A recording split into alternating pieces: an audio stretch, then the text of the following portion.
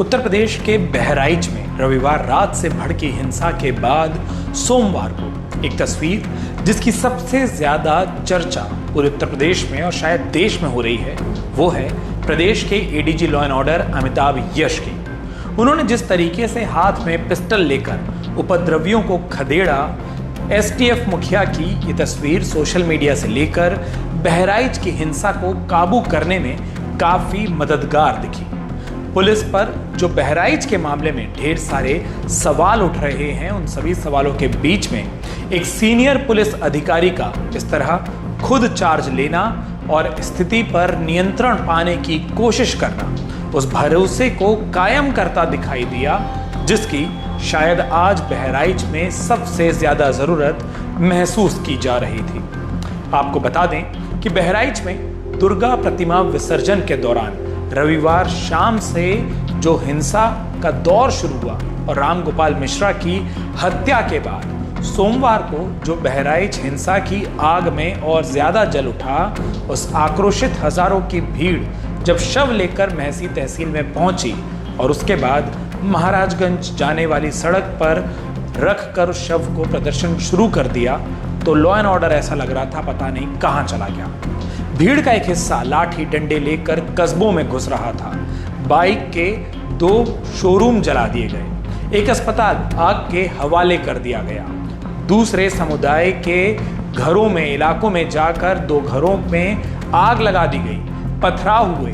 और इस दौरान ये सब कुछ होता रहा, कैमरे पे भी कैद होता रहा, लेकिन डीएम, एसपी समेत आसपास के जिलों की जो फोर्स वहां पहुंची हुई थी, पीएसी के जवान भी पहुंचे हुए थे, उसके बावजूद इन सब पर कंट्रोल नहीं हो सका।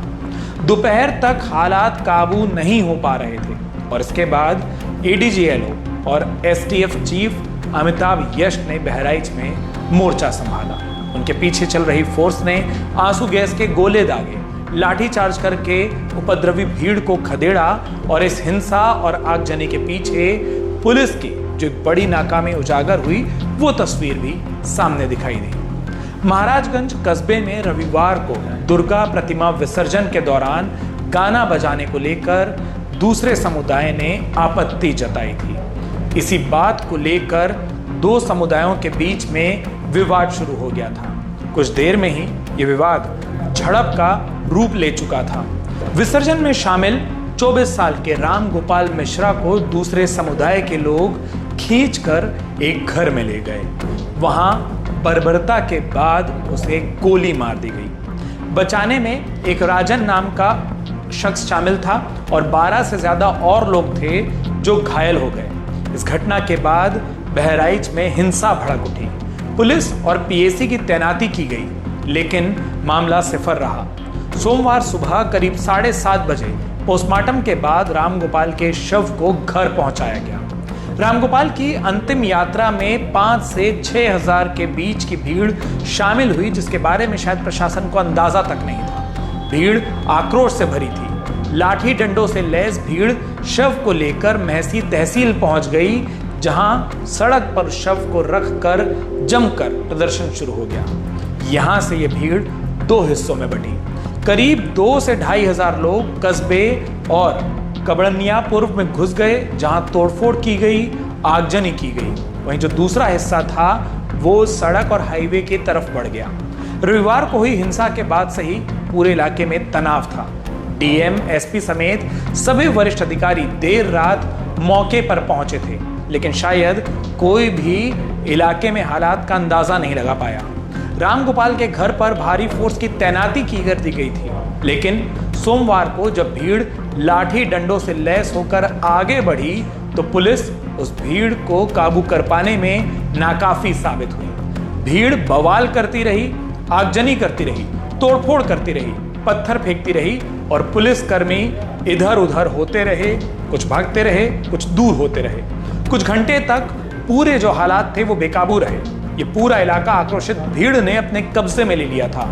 पुलिस की और ज्यादा कंपनियों को पहुंचाने की जरूरत हुई। कई बड़े अधिकारी जब जमीन पर उतरे तो बवाल कुछ शांत हो सका, लेकिन इसके बावजूद जिले के अलग अलग हिस्सों में छिटपुट हिंसा का दौर जारी रहा। इस पूरे बिगड़ते मामले को, जिले में बढ़ती हिंसा को देखकर एडीजी लॉ एंड ऑर्डर जो कि एसटीएफ के मुखिया भी हैं, अमिताभ यश सोमवार की दोपहर को बहराइच पहुंचे।